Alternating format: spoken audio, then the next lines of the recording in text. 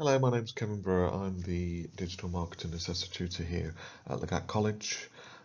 This is a presentation video on showing you for your Business Admin Level 3 Standard Qualification, explaining about social media and how it is used in the business world, and also trying to get you to think about how your business uses it for marketing, communications, etc.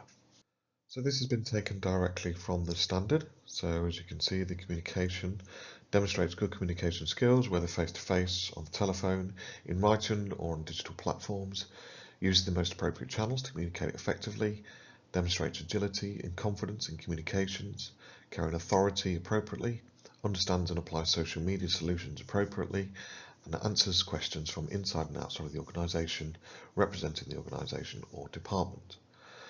So as you can probably tell, obviously the one that we'll be focusing on more specifically today is the part where it says about social media solutions. Okay, so this is what we're going to be focusing on, and hopefully by the end of this presentation video, you'll have a better understanding of how social media is applied in your business. So this is the aims or objectives that we're going to be looking through today. So first of all, looking at social media and the different platforms that businesses, including your business, may or may not use at the moment.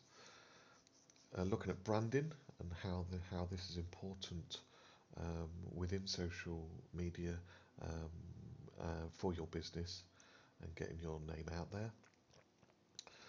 Common social media mistakes and how and what basically not to do. Engagements with your social media for your business, and also how to use hashtags to ensure that your engagement is increased. Social media management and how this is used and the reasons for using social media management. SEO and PPC, so what these are and how these are used or not used in your business. So what type of communication platforms do you use in your business? Do you know what type of platforms are used in your business, and how are these accessed? So just take a moment to think about that.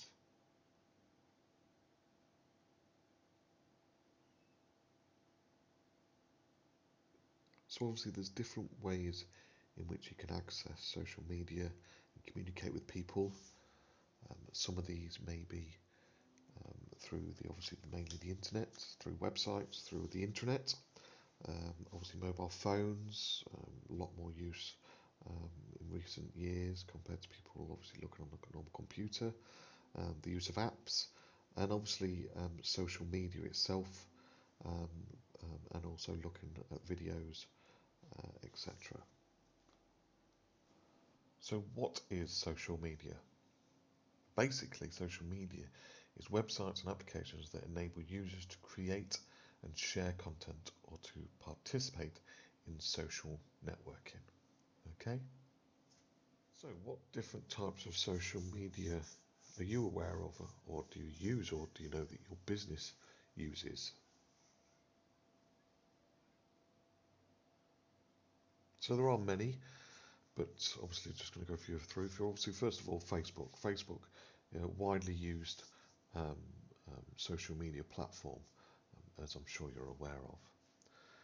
There's Instagram, um, LinkedIn, YouTube, Snapchat, Pinterest, Twitter, WhatsApp, TripAdvisor, and Reddit. And as I said, there's many more. So as I said, there's so many different social media platforms that we use, and you can break these down into different groups as such. So, for example, social networks, as you know, Facebook, Twitter, LinkedIn. So people use these networks to connect with people, maybe even brands online, companies, etc. This can benefit business through market research, brand awareness, lead generation, relationship building, and customer service. And again, this is pretty much endless, this list. Second area is media sharing networks, things like Instagram, Snapchat, YouTube. Um, these help people find and share photos, videos, produce live videos and other media types online. It can benefit a business, so it can help major relationship networks between businesses. These sites are invaluable for any company's brand awareness and lead generations. Can increase audience engagement and also most other social marketing goals as well. You have discussion forums, so things like Reddit and Dig and Quora. People use these to find or discuss different types of information, maybe news and also opinions. This can be good for businesses as a research tool for researching maybe different types of markets, etc. And if it's done right, you can also advertise on them as well. Though you'll need to be very careful to keep your ads and posts separate. Another one is bookmarking and content curation networks, things like Pinterest, Flipboard. So people use these to discover, save and share or discuss new trending content and media. It can obviously benefit your business by driving brand awareness out to your customers, engaging your customers, and also maybe getting more traffic to your website. Consumer review networks, things like Yelp, Zomato, TripAdvisor. TripAdvisor obviously being probably the most prominent one. So obviously, as you may be aware, obviously these are used to find or review and share information about certain brands, products, services, maybe well-known restaurants that you use or travel destinations and much more. They benefit businesses by positive reviews that have been done, bring social proof to your claims. So in other words, it's by saying that you are the best, other people saying it is much more valuable rather than you saying it. And if handled well, you can resolve issues with unhappy customers as well. So it can work both ways. And finally, the other one, a blogging and publishing network. So things like WordPress, Tumblr, Medium. So people use these to publish, discover and comment on content online. Benefits the business. It may be that content marketing is actually or can be highly effective way to engage with your audience, building your own brand and also generate leads and in the end sales, which obviously is what you want. And obviously these are the main ones that I've looked at here, and again there are many more, and it might be an idea for you after you've watched this video to go away and see what other types there are, and even ones that your business uses. So facts about social media. So first of all, there are 3.725 billion active social media users. On average, people have 7.6 social media accounts. So obviously we've just on the previous slide looked at those different types of platforms that people may use. And again, as I've said, the list is in some ways endless. The average daily time spent on social media is 142 minutes a day. 91% of retail brands use 2 or more social media channels. And there is a link there in an article relating to this, which I will put in the comments down below. 81% of all small and medium business use some kind of social media platform. Again, the link for that on an article we'll put in the comments below. And social media user grew by 328 million between October 2018 and October 2019. That works out at 10 new social media users per second. And when asked, 81% of teenagers felt social media has a positive effect on their lives. Now, do you agree with this? Again, there's an article relating to this, and it'd be interesting if you wanted to put your comments down below on how you feel after reading it and your own thoughts on that fact.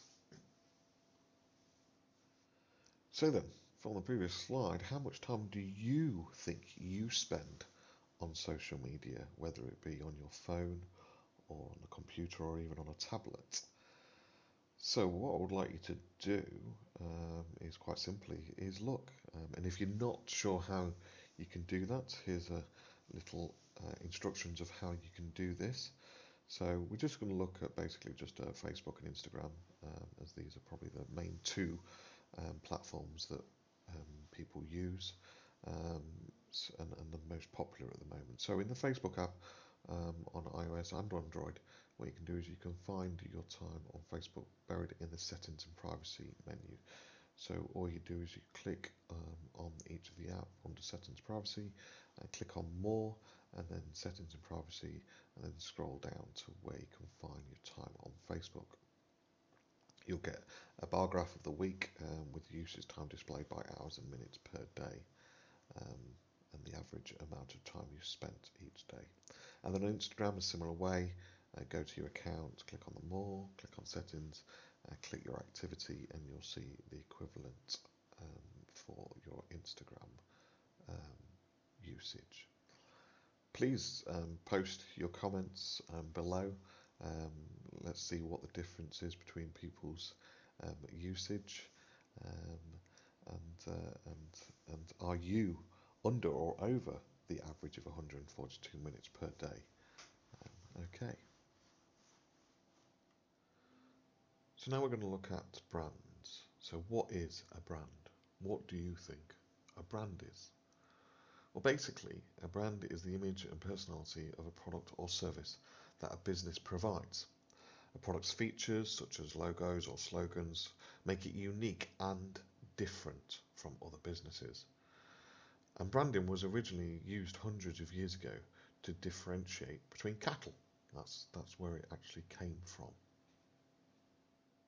So why is branding important? What's the point of having a brand? So first of all, it gets recognition, it gets seen, it's recognizable. It increases business value. It generates new customers. It improves employee pride and satisfaction, creates trust within the marketplace, and also supports advertising. So branding is absolutely critical to a business because of the overall impact it makes on your company. Branding can change how people perceive your brand, it can drive new business and increase brand awareness.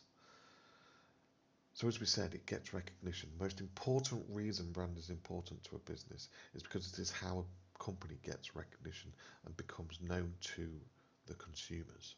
The logo is the most important element of branding, especially where this factor is concerned, as it is essentially the face of the company.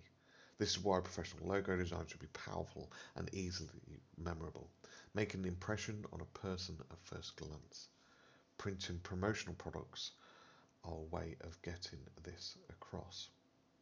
As we said, increases business value. It's important that trying to generate future business and a strongly established brand can increase a business value by giving the company more leverage in the industry. This makes it a more appealing investment opportunity because of its firmly established place in the marketplace. It generates new customers. A good brand will have no trouble drumming up referral business. It has strong branding generally means that it's a positive impression of the company amongst consumers, and they are likely to do business with you because of the familiarity and assumed dependability of using a name that they can trust. Once a brand has been well established, word of mouth will be the company's best and most effective advertising technique. Improves employee pride and satisfaction, absolutely. An employee works for a strongly branded company and truly stands behind the brand. They will be more satisfied with their job and have a higher degree of pride in the work that they do. Working for a brand that is reputable and held in high regard amongst the public makes working for that company more enjoyable and fulfilling, of course. Having a branded office, which can often help employees feel more satisfied and have a sense of belonging to that company. And it can be achieved through using promotional merchandise for your desktop. And obviously then, as we've said, it creates trust within the marketplace. A professional appearance and well-strategized branding will help the company build trust with consumers, potential clients and customers. People are more likely to do the business with a company that has polished and professional portrayal. Being properly branded gives the impression of being industry experts and makes the public feel as though they can trust your company and rely on it too. The products and services it offers and the way it handles its business. And finally, obviously, as we said, supports advertising. Advertising is another component to branding, and advertising strategies will directly reflect the brand and its desired portrayal. Advertising techniques such as the use of promotional products from trusted companies. These companies make it easy to create a cohesive and appealing advertising strategy that plays well into your branding goals. So think of some brands that stand out to you and why. So, brands and platforms. So hopefully you're a bit more aware of what brands are and obviously the platforms that businesses use to get their brand out there, basically. So, as you can see on the screen, this is Legat College. And as you can see, the different platforms that we use, obviously our website, Twitter, Instagram, LinkedIn, YouTube, and obviously the links are all on our website. And obviously there's something that probably you can see that is familiar with them all. And what might that be? Can you think of, from looking at that, what it is about Legat that you can see that's obvious about each one from each platform? So as you may have worked it out, the main thing is the logo. As I've said, it's very important. They're all the same logo, maybe a bit different to stand out depending on the platform that it's on, but also the colour that is used. We use a certain blue colour within all of our brand, which hopefully does stand out when people are looking at it. So what does your business use? What platforms does your business use? How do they communicate and engage with their customers or potential customers through marketing, etc.? Ask around, do a bit of research on this, and be aware of how your business does operate when it comes to social media and the platforms that they use.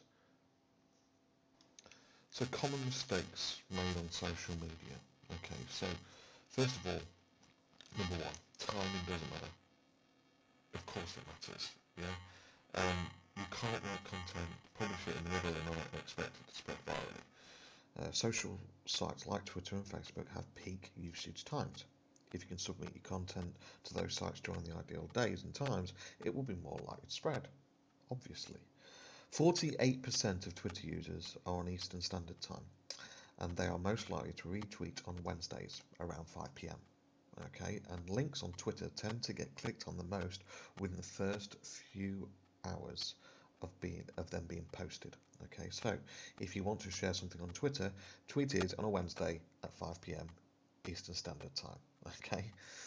Also, if you want to share something on Facebook and get the most numbers of likes, don't post more frequently than once every 2 days.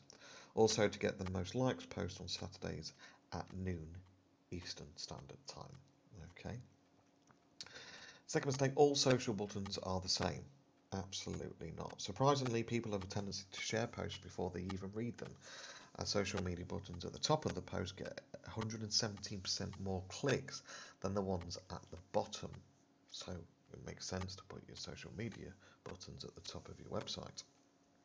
If you want to get the most social shares, consider placing social media buttons at the bottom of your blog's post in combination with scrolling social buttons like a share bar. Okay. Mistake 3, shares matters, not traffic. Well, most bloggers and content marketers focus on how many likes their content gets on Facebook or how many tweets they get on Twitter. In theory, if you have more shares, you should get more traffic, but that isn't always the case. If no one clicks through from Facebook or Twitter to your website, you won't get any visitors, and in the end, you won't get a sale if you sell stuff on your website. Instead of just focusing on the pure number of social shares, you should also be looking at traffic. A good way to boost your traffic from these social sites is to analyze your click-through rate. Fourth, people read content during the same peak times they share it. So there is a huge timing difference between when people prefer to read content and when they share it. From mistake number 1, think about it. You know people prefer Wednesdays for Twitter and Saturday for Facebook. Okay, so people prefer to read blogs on a Monday at 11 a.m. Eastern Standard Time, and they prefer commenting on the blogs at 9 a.m. Eastern Standard Time on Saturday. So take these things into consideration. Okay, look at when you are posting and the times that you are posting. Mistake number 5, focusing on all social channels. Now, no matter how many social buttons you use, fewer than 9% of people click on more than one social button. So there is a huge difference, however, in how many people clicked on the social media buttons when there were 3 versus 5. Okay, so although there were fewer options when you have 3 buttons, okay, there was an increase in click-throughs by 11% when tested. As for click-through percentage between 4 buttons and 3, there wasn't statistically significance between the two. So people have a tendency to only share your content on one social site. So ideally you shouldn't have more than 3 social media buttons. If you have 50,000 monthly visitors, consider placing 4 social buttons. Again, this isn't necessarily confirmed, but at the same time you need to ensure that you do your research and look at how and analyze how your posts and your engagement is. Mistake number 6, tweeting your content once. Even if you tweet during optimal days and times, it doesn't mean that obviously everyone is going to see your tweet. Although 82% of Twitter users have less than 350 followers, so 18% still have more than that. And just because that 18% number is small, you shouldn't ignore it either. Twitter has over 500 million users, so there's a lot of scope there. Out of all of your followers, the ones who also follow thousands of other people probably won't see most of your tweets. And if they don't see your tweets, they won't be able to retweet them or click through over to your website. And finally, number 7, slow and steady wins the race. Well, no. In the social media world, it is all about the speed. The more shares your content gets within a short period of time, the better off you are, especially on Facebook. Facebook takes momentum into account. So if your content is gaining a ton of likes at a quick pace, more people are going to see it within their feeds. So if you want your content to spread on the social web, you need to get a lot of shares within a very short period of time. So, in conclusion, if you avoid the 7 social media mistakes above, your content will more likely flourish and spread. When you decide to leverage the above tips, however, don't just assume they are all going to work for you. It depends on your company and the business and the products that you offer. Make sure you test them with your content. Depending on where most of your website visitors live and the demographics of your audience, the results may be different for you. So then, how do we get people to engage with us, with our website maybe, or with our social media campaigns, posts, etc.? Okay, so engagement with social media measures the public shares, likes, comments for an online business social media efforts. Engagement has historically been a common metric for evaluating social media performances, but doesn't necessarily translate to sales. So remember, social media is meant to be social. It may be obvious, but it's amazing how many businesses get this wrong. So engagement itself is measured and analysed through simple things that people do. So this could be likes. They like a post or campaign that you're running. They follow you. They share a post or a blog that you've written, etc. They comment on it. They retweet it, okay, on Twitter. So they like something and post it on their own profile. And click-throughs. So another way that you can get people engaged in your posts or campaigns, etc., is through the use of hashtags. Now, hashtags is a word or keyword phrase preceded by a hash, also known as the pound sign. It's used within a post on social media to help those who may be interested in your topic to be able to find it easier when they search for a keyword or particular hashtag.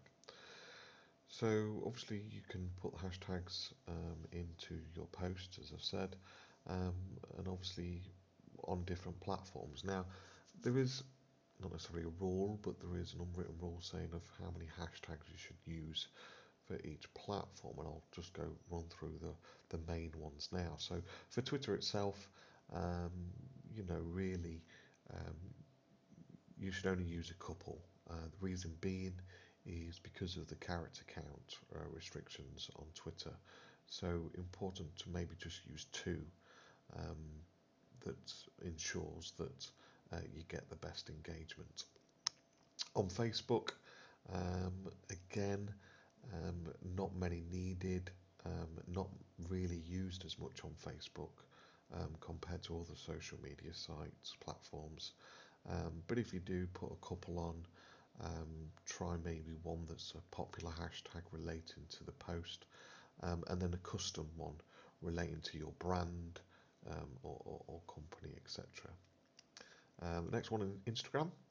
Now you are allowed up to 30 hashtags on Instagram. However, that is quite a lot. Um, I would say personally, try and stick it to about 15 to 20 seems to be the best or the highest level of engagement that you can get. LinkedIn, there's no limit on them, but however, it is recommended to only use a maximum of 5.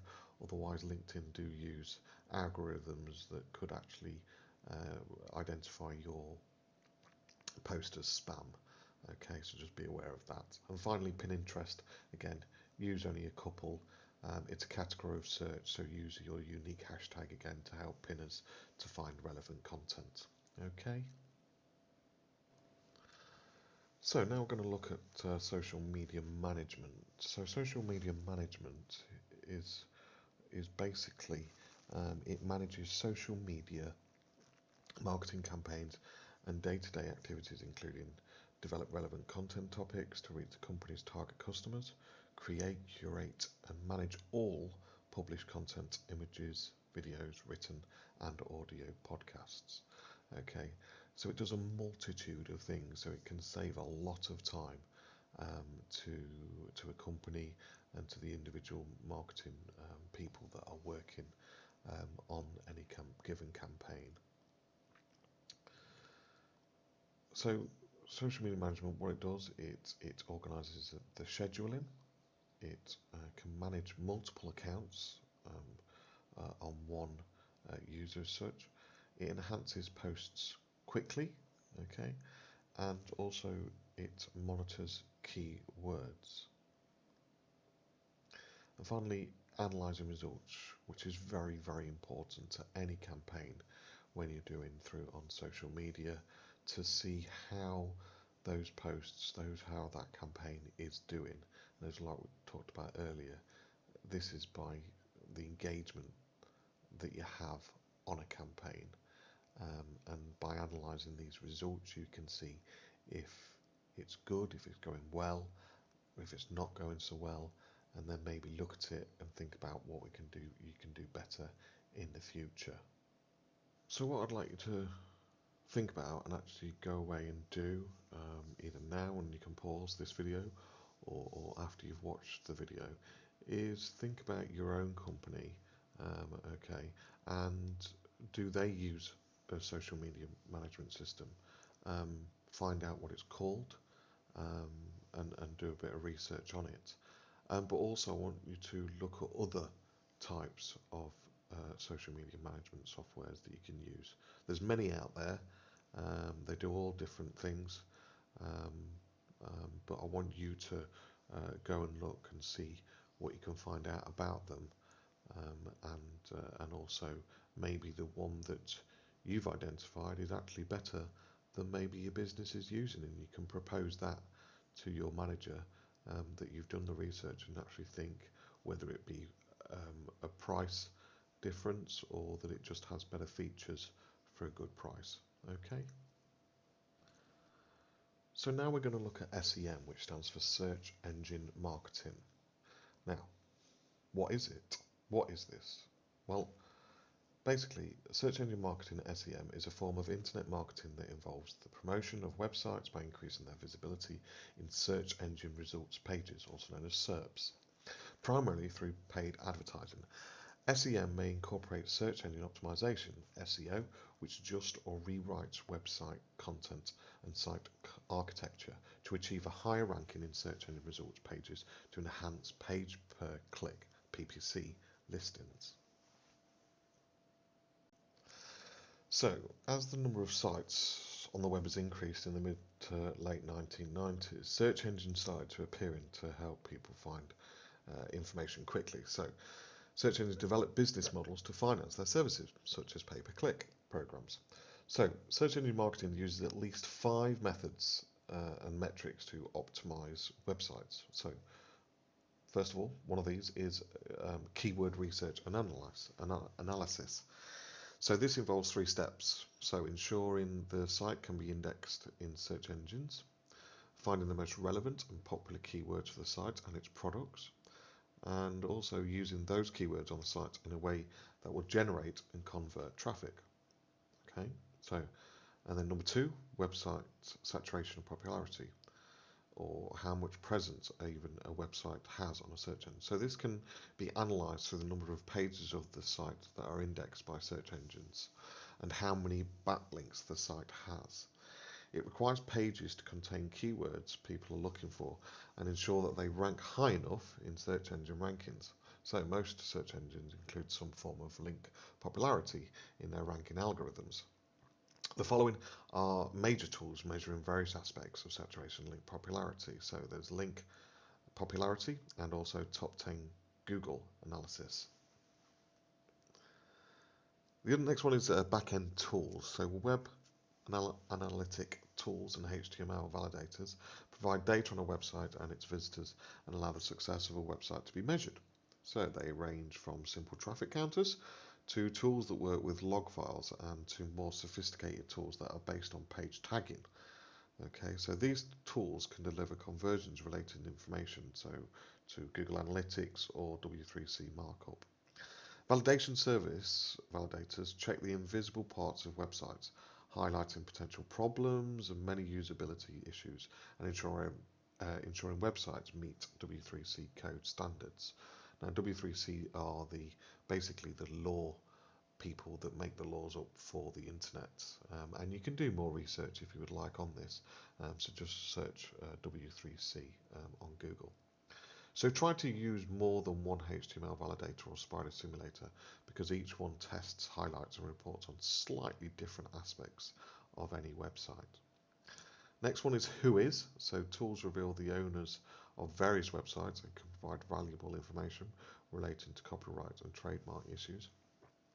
And finally, Google Mobile Friendly Website Checker. This test will analyze a URL and report if the page has a mobile friendly design.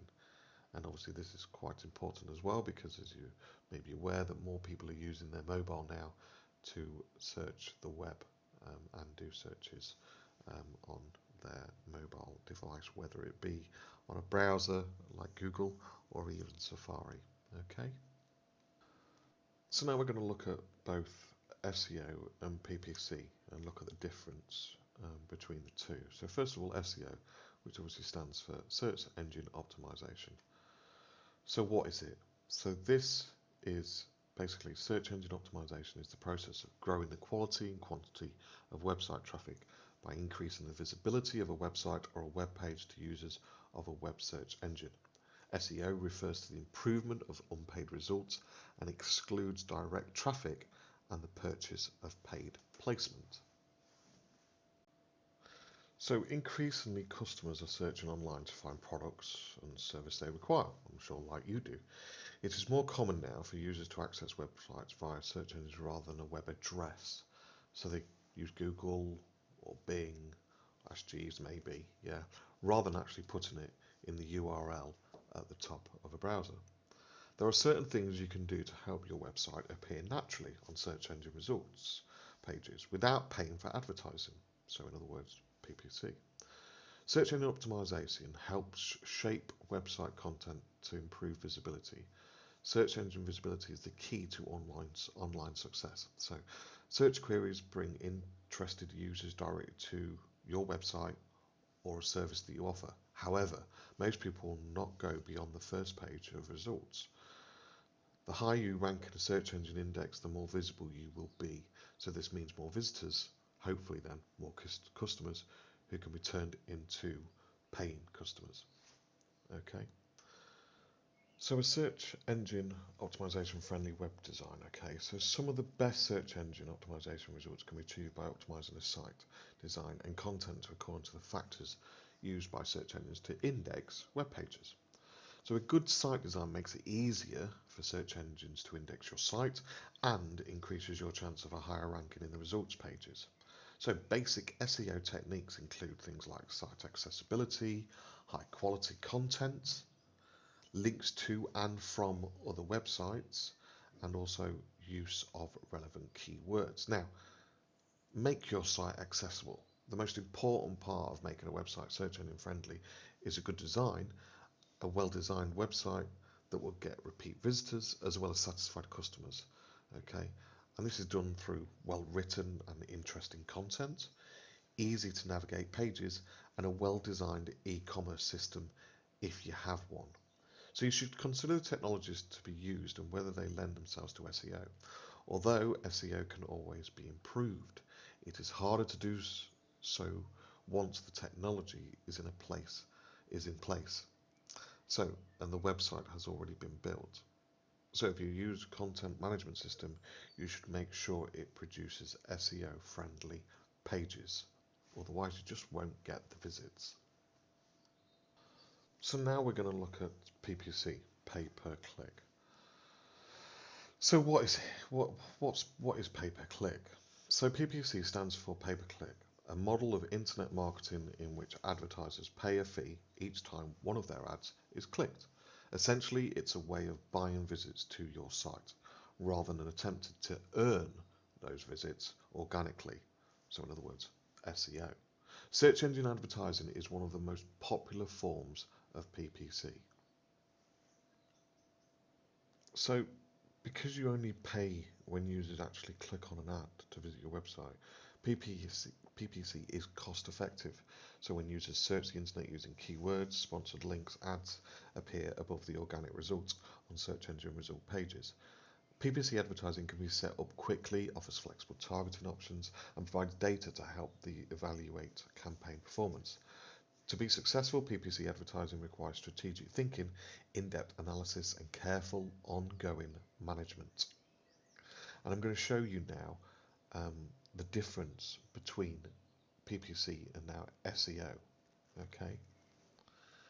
Okay, so as you can see, we're on the Google homepage. Okay, and so all I'm going to do is look for digital marketing courses. Okay. And as you can see, the top 4 here are all ads. So these are all PPC. So in other words, if I click on these, this will charge that company whatever set amount that they've bidded for that. And if we move down, then we'll start to see, here we go, the organic listings. And as you can see, the difference between the two is one has the ad symbol on it and one doesn't. Okay, so you know these are the difference between the two links.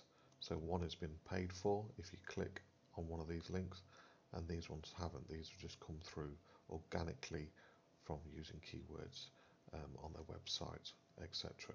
Okay, so there are different types of PPC. Okay, I'm just going to run through a few of them now. So there's paid search marketing, display advertising, social media advertising, retargeting PPC advertising, price comparison website advertising, and affiliate marketing. Okay, so to go into these in more detailed, paid search marketing is one of the most common types of PPC advertising. It provides such as Google AdWords and Microsoft Advertising show your ad to users who search for certain keywords. You set up campaigns by writing ad copy, selecting relevant keywords and choosing a suitable landing page on your site. Display advertising is display ads are banners or image or text ads that appear on different websites, selected to target particular audiences. These ads will link to your website. They generally return a lower click-through rate than search ads, but can be useful for building brand awareness. Then social media advertising. These are things such as Facebook. These have high numbers of users who could be your potential customers. PPC advertising on these platforms can help you achieve higher click-through rates and increase awareness of your product or services that you offer. The channels can be used to target specific demographics and also interests as well. Retargeting PPC advertising is also called remarketing. Uses cookies on a user's browsers to show them specific ads based on their previous online actions. So maybe pages or websites that you've been to or things that you've searched for. Maybe you're looking for a certain, I don't know, tool or I don't know, a lawnmower maybe. So, for example, a user search for holidays could be shown display ads for a travel agency, latest deals. So retargeting can be used as part of a display, search and social media PPC advertising campaigns. It can also be used in other forms of digital marketing such as emails as well. Price comparison website advertising. This is where they can gather and display prices and special offers for products and services from their own and partner merchant websites. Users click through on offers of interest and buy directly from the merchant or from the price comparison portal itself. This can be useful for spending your PPC budget in a targeted way, as price comparison website offers you access to qualified leads, i.e. customers who are actually looking for a product or service like yours. However, some of these sites tend to be busy with many similar products from different resellers and other content such as customers' reviews and ratings. This can distract potential customers before they complete the purchase process.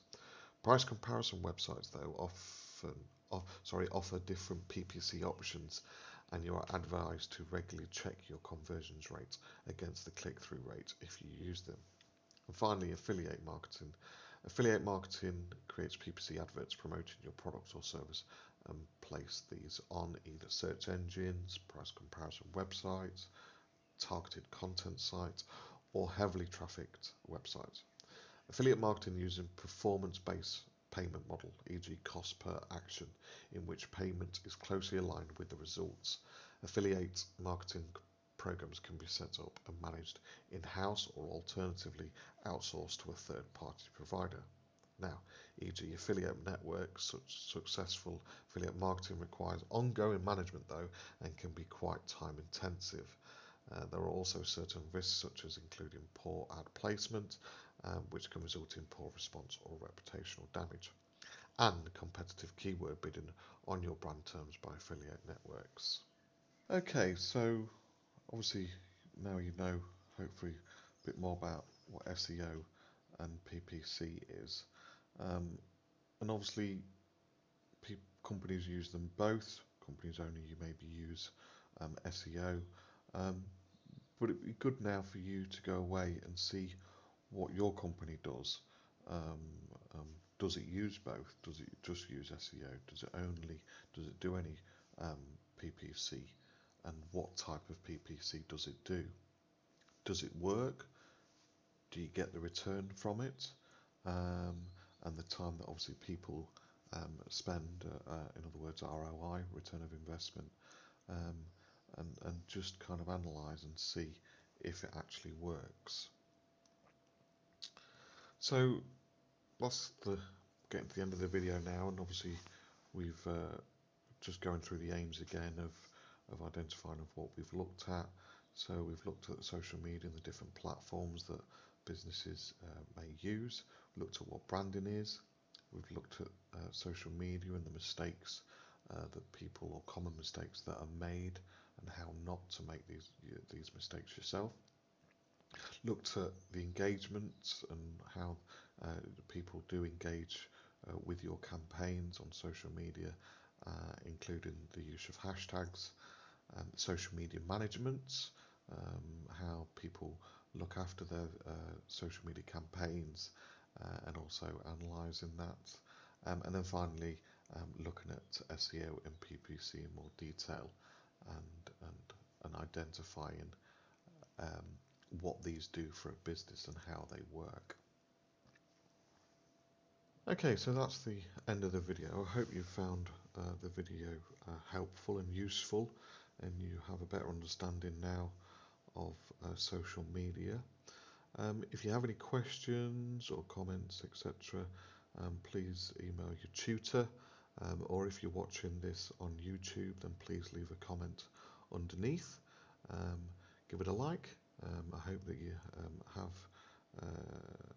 liked watching it, and like I say, gained something from it. Please obviously like us on Facebook and follow us on Twitter and Instagram. Our tags are on the screen. And if you do have any questions, please do not hesitate to get in touch with us. Thank you very much.